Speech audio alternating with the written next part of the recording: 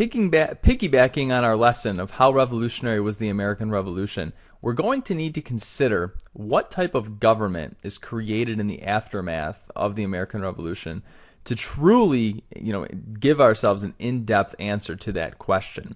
So this experiment, which the rest of the world is paying attention to, will the Americans, now that they are independent, be able to create a government that lives up to the ideals of the revolution which they fought for? So let us begin our exploration this week then of American attempts to create a republican government.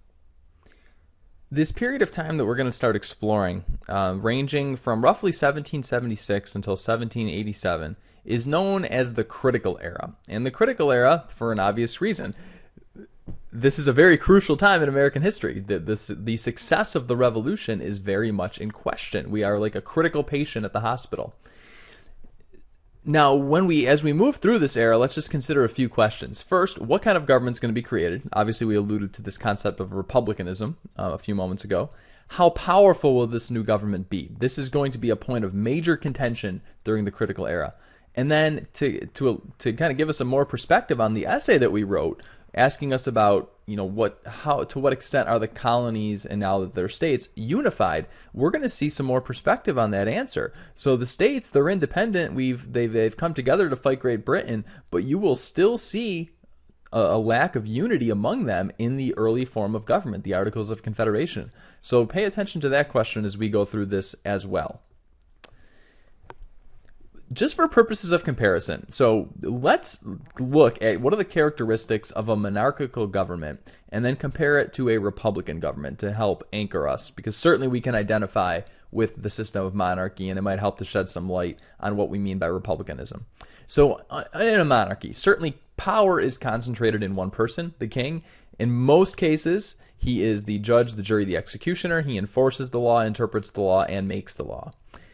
In England, it's a little different. So typically, in an absolute monarchy, you do not necessarily have a written constitution. England does. Historically, England has had limits on its king. So under the English government, you had a constitution. But for the most part, monarchies do not have any protections for individuals. Other characteristics. This concept of patronage. What is patronage? By patronage, we just mean you advance yourself through society based on your last name and your connections. It's not based on your talent. And that is in large part due to the fact that a monarchy derives its power. Those people who are in power are members of a hereditary aristocracy. So it's a very hierarchical society, very rigid class structure. And your blood and your last name is what matters, not how good you are. For that reason, monarchies tend to also be viewed as very corrupt. So what do we mean by corruption in a monarchy? Well, if you think about it, if those in power are in power because of their last name or their bloodline, there really is no incentive for good behavior or doing the right thing. So you're not going to lose your seat of power. You don't have to worry about an election. You don't have to worry about public opinion. You pretty much can do whatever you want. So it helps to promote a phrase, absolute power is going to corrupt absolutely. Political participation is obviously limited to those who are potentially members of the aristocracy. The House of Commons and the House of Lords in England certainly are drawing from a very upper class sphere of society, and land ownership is very limited, so that limits people's options in terms of voting. And of course, you have an official religion in a lot of monarchies, which of course is the religion of the monarch. Now let's contrast these characteristics with republicanism. So, in republicanism, rather than say that the sovereign, the source of all authority, is the king, republicanism holds that the sovereign is the people, and that is the source of government's power. So this is certainly an Enlightenment concept. Both John Locke and Thomas Hobbes and Jean-Jacques Rousseau are key theorists who contribute to this idea. Written constitutions. So we will have a government that is limited in its power. We're going to clearly articulate on paper what that government is able to do. This is something that does not exist in a monarchical system. The king is the law himself, the person, not any written law. Because of the written constitution, the power of the government is limited, and individuals have protections from government abuse. So for instance, religious freedom, Many states after the Revolution, when they draft constitutions, will draft Bill of Rights. Granted, you do see this in England as well, so there are some parallels, but the Republican governments that will be established in America will certainly take many of those characteristics that you saw in monarchy and completely obliterate them. So some other characteristics. Rather than a hereditary aristocracy, you have a meritocracy. So by meritocracy, we mean you go as far as your talents will take you. You have very frequent elections. So there's this sense that because power belongs to the people need to have a very frequent say in government affairs to keep those people from becoming corrupt. And on that point of corruption, this idea of a selfless, educated, virtuous citizen. Without that, and this goes back to the concept of Republican motherhood, because that's why women are so important in this society.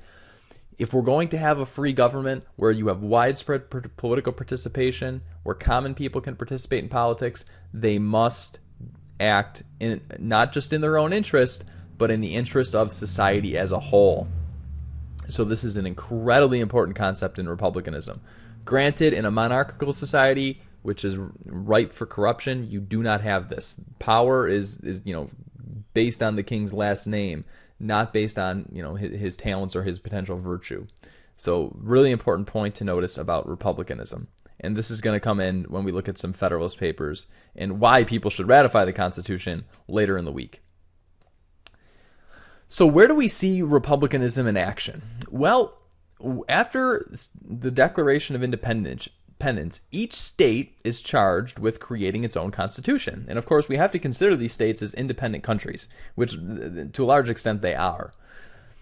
Now, by a constitution, and let's just do a little political science 101 here, a constitution is a framework of government, and a constitution is superior to any legislation. So the people, in a lot of cases, are the ones who created the Constitution. Not members of Congress, not the president, not the court system. Those are creations of the people. Now, in a monarchy, the sovereign would be certainly the king or the queen. But in the American system, the Constitution is created by the people, which is why the first three words of the U.S. Constitution are, "We the people." So, really important point. Any laws passed by the legislature are considered inferior to the Constitution. So if we look at these constitutions that are passed in the aftermath of independence, what themes do we see? Well, virtually every state passes their own Bill of Rights. And this is something that most people don't know. The Federal Bill of Rights, when it's passed, only applies to federal action. But each state has a Bill of Rights to protect its citizens. You see a lot of annual elections of legislatures. So people, after doing battle with royal governors and royal officials, they want to feel like power is controlled, and therefore they want to elect their new officials annually to ensure that they do not become corrupt or aloof from popular opinion. Powers vested in a legislature, not an executive, not the courts. So obviously, the revolutionary experience left a bad taste in the mouths of the colonists who did battle with the royal governors and other royal officials, and therefore they wanted their own American parliaments in many ways. So they wanted to kind of go back to the days of representation, representative assemblies that Parliament had cracked down on. So certainly the drawing up of these state constitutions very much influenced by British actions during the 1760s and 1770s. Now, out of this comes the first Constitution of the United States, the Articles of Confederation. So, the Articles were created by the Continental Congress, which is technically the governing body of all 13 colonies prior to independence. So, it's created in 1777, but it's not ratified by all 13 states until 1781. And in part, the reason for the delay is that there's disputes between states over Western territory. So individual states have conflicts saying, Connecticut might say, we own this land. New York might say, no, we own this land. And it's going to take kind of a compromise where this land is turned over to a national government to be arbitrated on before the entire articles will go into effect. Now, what is a confederation? It's an odd term. A confederation is a weak alliance of political entities for certain purposes. So, for instance, if we consider a famous confederation, the Iroquois Confederacy. So the Iroquois Confederacy were 6 different Native American tribes, mostly in upstate New York, who came together for for the purpose of common defense, to to do something that as an individual tribe they could not do. But in every other affair not related to the concept of defense, these tribes retained their independence. So in many cases with the Articles of Confederation, you see states coming together for specific purposes, but retaining their independence and autonomy in every other case. Now, because of that concept of sovereignty and keeping power close to the people in the states, the national government, the National Congress, could do very few things. And it's a really important list of powers that the Congress does not have. So there is no power to tax. So think about that. The national government cannot tax. They cannot raise an army or a navy. So there's a widespread fear, of course, after the Revolution, of standing armies. It cannot coin money. Each state's going to coin its own currency, 13 different currencies. The National Congress cannot regulate interstate commerce. This is going to mean each colony or each state's going to have different laws applying to different states. It's going to be an absolute mess in terms of trade and regulating interstate commerce. There is no one to settle disputes between states because there is no national court system, nor is there a national executive. Obviously, the fear of the time was that the national executive, if he was created, could look like a monarch. So therefore, they did not create one. In general, the national government has very little authority over the states, who are considered the sovereign powers. They are the independent beings. The states say, we created this National Congress. We are only going to give it very specific powers, namely the power to declare war or negotiate treaties. But if you think about this list, without the power to tax or raise an army or a navy, it's going to be very difficult to carry out those powers. So in general, states are doing things under the Articles that today we allow the national government to do. And one really important point is that there is no real possibility for change to the Articles of Confederation. To pass a law, you need a supermajority. 9 of the 13 states must assent. To change the Articles, to actually physically alter the Constitution, you need all 13 states to agree, which is not going to happen very often.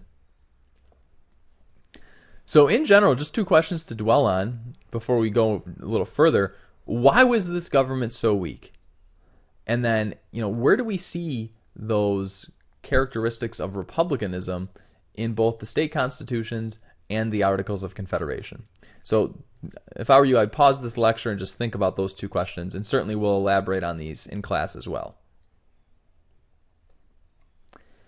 So this is a nice little chart to break down the differences between the Articles of Confederation and obviously the Constitution. Not to be teleological, but we know the Constitution's coming, and this is just a nice little T-chart to break down the differences side by side. Now, the Articles of Confederation obviously will fail, but it does do a few things right. First of all, it wins the war. So, despite the fact that we look like the states look like they're going to lose the war on multiple occasions, and despite the fact that typically in wartime a strong central government is needed to win a war, the Articles of Confederation, despite its weaknesses, is able to allow Americans to limp to victory by 1783. Another thing the Articles do well, there's a big concern over Western territory and who's going to possess ownership. How is this Western territory going to be settled? So the Articles lays out some precedents for how we're going to deal with this Western land. First law, the Land Ordinance of 1785. So the Land Ordinance of 1785 is going to apply to land which we would term the Old Northwest Territory. The Land Ordinance gives kind of an order to the settlement of Western land. So it's going to take place in a logical, orderly manner rather than just total chaos, which did occur in the Deep South as those states expanded westward. So what the Land Ordinance called for is the division of land up into towns of 6 square miles.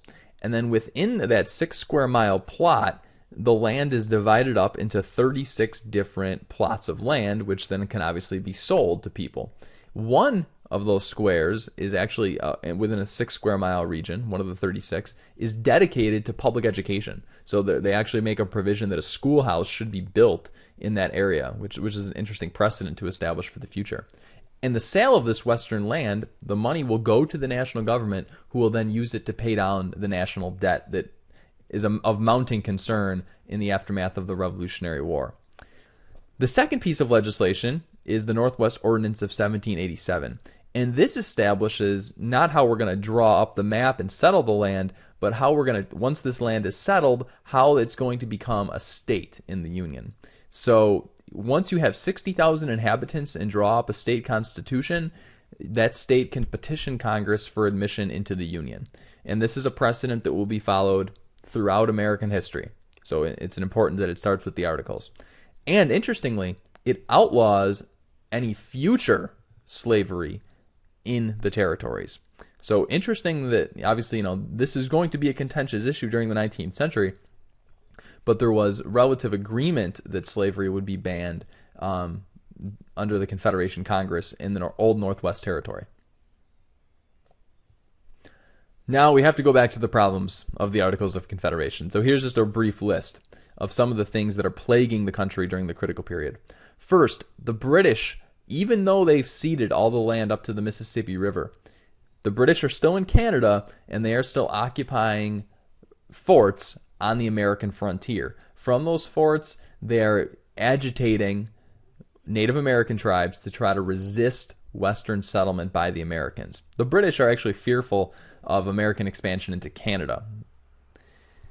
Tariffs and duties that are imposed by individual states are crippling commerce. So you have the state of New York potentially taxing eggs coming from the state of Connecticut at a different rate than they're taxing eggs coming from Pennsylvania. So it is just a whole hodgepodge of legislation, and it is a complete mess. There is no one uniform standard. There's so many different rules to follow that this cripples commerce between the states. Out west, Spain, which possesses what was once a French territory, Spain closes New Orleans and thereby closes the access that Western farmers have to the Mississippi River. And the Confederation Congress is pretty much powerless to do anything about it. We are not in any any military state of readiness to fight the Spanish, or we don't even have an upper hand at the negotiating table to try to get them to give in to us. Pirates overseas are crippling our international trade, and Congress, of course, can't respond. So a great quote from your textbook: America's too weak to fight and too poor to bribe. So one way to obviously get the pirates to stop doing what they were doing is to just simply buy them off. Well, the Confederation Congress doesn't have any money to buy them off because they don't have the power to tax. And then finally, and probably the most crucial problem, the national debt from the war. Different states have different levels of debt. However, this debt is mounting at an alarming rate thanks to interest payments. So a lot of this money is owed to European countries. France being one, obviously. France was obviously an ally during the war. They loaned us money, and we need to pay it. Because of our inability to pay our debt, our credit score on the world market is plummeting. If we cannot show that we can pay back money, the world is not going to lend us any additional money. So you do not have any capital, investment capital, flowing into the United States, which is incredibly necessary if you're going to start manufacturing in some of the northern states. So without this, the economy stagnates. And this stagnation is going to boil over into an event that is so important for the critical era. Know this event, know it well. It has a huge impact on how the Founding Fathers view human nature, and it is a huge turning point in the American experiment to create a Republican government. And it is called Shays' Rebellion. In western Massachusetts, small farmers are facing incredibly high rates of foreclosures. Americans are really dividing into two camps: debtors and creditors. Obviously, the debtors are in the majority. A lot of Revolutionary War farmers a lot of Revolutionary War veterans are returning home after the war, but finding that their crops are not receiving a good price on the markets, that their trading opportunities are limited, but they are still expected to pay off whatever loans they took out to buy that land. Well, the farmers begin to band together and demand that the individual states issue paper money rather than paying in gold or silver, that they lower taxes, and that they stop the foreclosing of these western lands, of their farms. Well, eventually, this boils over to armed conflict. And a man named Daniel Shays, who kind of becomes a folk hero in western Massachusetts, he leads an armed revolt to occupy the courthouse in Springfield, Massachusetts. By occupying the courthouse, the court cannot function, and therefore you can have no hearings or proceedings to process foreclosures. So it's a brilliant move on his part. If you shut down the courts, you shut down the foreclosure. Well, the local militia was called out to put this to a stop and restore law and order. The local militia joined with the farmers. So what you now have is you have a very potentially violent mob who has risen up and challenged the authority of the government. The wealthy members of Massachusetts, primarily people who are owed money by these farmers, they pay for a militia to come out and crush this rebellion. And there is some bloodshed. Roughly, you can count the number of casualties on one hand, but it is a shocking moment to see this mob of people rise up and challenge the government's authority. And it looks to many people like the colony is descending into anarchy. The states are descending into anarchy. Dead rebellions break out in every single state in the Union in the aftermath of Shays' Rebellion. And legislatures, which are feeling the pressure of popular opinion, pass laws that cancel debts. So this totally tramples on the property rights of creditors. And this is going to be a huge turning point, like I said, in the mindset of the Founding Fathers, who are going to be calling the Constitutional Convention about a year after Shays' Rebellion.